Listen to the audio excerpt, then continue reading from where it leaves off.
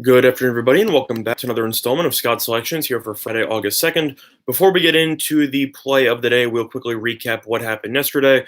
We picked up a very entertaining win with the Denver Broncos minus 2.5 at minus 110, as they were able to end up defeating the Atlanta Falcons. That game was very close throughout, awfully low scoring as most Hall of Fame games are. I believe the total was at 35 in the end, and the game closed at 24. I believe, but at the same point, we got lucky, but sometimes it's better to be lucky than good. I definitely thought that we were right with regard to the quarterbacks. Props to Atlanta's quarterback there. I'm trying to remember what his name was. I know he went to Virginia. I'm sorry. I'm just drawing a blank on his name. Ben Kurt. He was very solid. He went 19 for 34. He was very good. Matt Schaub was absolutely terrible, and he threw a clutch interception at the end of the game. But in terms of Denver, their quarterbacks were all terrible. Brett Rypien looked absolutely abysmal. However, he was able to throw the game-winning touchdown pass with roughly a minute to go, thanks to a deflection, and we were able to cash that ticket. So it's a good way to start preparing for the weekend. But with no more football on the calendar for another, I want to say a couple weeks, for this upcoming Thursday, we're going to dive right back in to baseball. And unfortunately, the play that I actually like, the reason why this video is coming out so late, is that the play that I like actually has no line right now, mostly because of the fact that Toronto has not officially announced who will be pitching so far in this one. But at the same point, we like the Toronto Blue Jays over in the team total.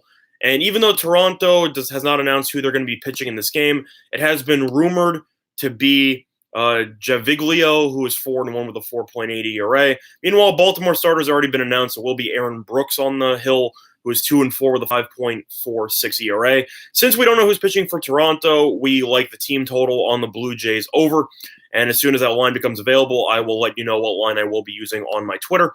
In terms of why we like this play, a couple of reasons. First one, Aaron Brooks. He's been decent since the Orioles acquired him. However, in his only start against the Blue Jays this season, he went 5 innings and gave up 5 earned runs. It's also worth mentioning that Toronto has scored at least 7 runs in 5 of their last 6 games, and they even scored 11 runs in the series opener yesterday as Vladimir Guerrero Jr. ended up hitting 2 home runs. I like the way the Blue Jays have been hitting the ball lately. Baltimore, with the addition of Brooks being awful, their bullpen's still terrible. It's the second worst in all of baseball behind the Nationals, and I definitely think Toronto should score at least 6 or 7 runs in this game. So for that reason, I will lean to the Blue Jays over team in the team total, and that will be the play of the day. Plus, the wind will be blowing at about 8 miles an hour to left center field, which should lead to a potential couple more home runs. So the play of the day will be on the Blue Jays team total over, and as soon as that line becomes available, I will post that on my Twitter.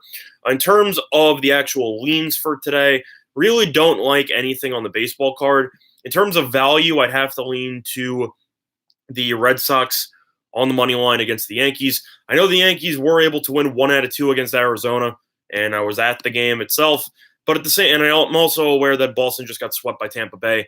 But these pitchers literally just faced each other last week, and Paxton was terrible. We had money on the over, which ended up cashing. I don't trust Paxton at all. Rodriguez still has a good record overall. And even though I was at the Yankee game and we won, I was not that impressed. And Chapman still gives up runs every time he comes into the game in the 9th inning, and I do not trust him with a 1-run lead. In terms of that, lean to the Red Sox on the money line, which is available at roughly, let me just pull this up. It's available at roughly plus 120, and I think that that is way too much value there. I definitely think that that line should be roughly at plus 108, plus 105, give or take, and I think plus 120 is a gift. Thanks, Terry. I appreciate that. And hopefully we're able to cash more on the preseason in the future.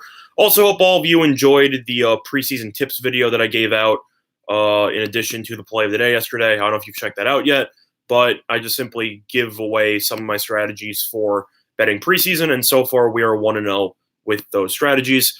In terms of some other baseball leans that I do like, I really just don't like today's card. I mean, it's just not a great card. I'd have to lean to the Giants, I guess, at plus 126, simply because Lambert has lost, or he hasn't lost. The Rockies have lost in each of Lambert's last 7 starts. Anderson was awful against the Rockies a couple weeks ago when they faced off, But Lambert got the loss anyway in his game against the Giants a couple weeks ago. And I definitely think that based on the Rockies have played lately, they've lost 3 of their last 4, lean to the Giants at roughly plus 126, give or take, because I think that is too high of a number. I think this should be a roughly plus 115. And the Rockies statistically have had the worst record in the National League in the month of July. I know we're in August, but recently they've been terrible, and I will lean to the Giants on that one. Yep, glad you're able to catch something, Brian. Definitely less of a sweat than the Broncos there, but I hope you enjoyed the content that I've been providing lately. And what do I think about, question from Matt, what do I think about the Astros team total? In terms of that, I'd have to lean to the over. Let me just look at the line right here. In terms of the team total, and I'm pulling that up right now on 5 Dimes, it's at 5.5 right now at minus 135. There's a lot of juice on it, but at the same point, I'd still have to lean to the over there. Kikuchi's not great, plus the Mariners have one of the worst bullpens in the league. I know that the Astros did a lot to bolster their pitching depth, but their offense, now that Correa is healthy, is absolutely ridiculous, and they are my personal bet to win the World Series. But in terms of the team total, I have to lean to the over, but it depends on how much juice you're paying for that, Matt, because if you end up paying minus 135 for over 5.5, I think it'll win, but I definitely think that you should be looking for something with a little bit less juice with regard to the team totals, especially with the Astros potentially only batting 8 times because they could be winning and not have to bat in the 9th. But overall, I'd have to lean to the over on that one, Matt, as I definitely think that Kikuchi will struggle in this one against a very solid Astros lineup. Now, looking to the rest of the card, I don't really like much, to be honest. I'd have to lean to the under in the Phillies game. A small lean there. Nova hasn't been great this season, but he has been fantastic in his last 2 starts as he's gone 15 innings and then has given up about, I believe it's 2 earned runs, give or take. And Vargas just got traded from the Mets to the Phillies, but he has looked good in his last couple of starts. And I simply don't like the way the White Sox lineup has been performing lately. Total's been bet up from 9.5 to 10, mostly due to the wind, but I will lean to the under in that one. I know the Phillies have been batting well, the White Sox have not, but I definitely think that Nova has been pitching a lot better lately, and I think you should see less runs in that one, so I will lean to the under.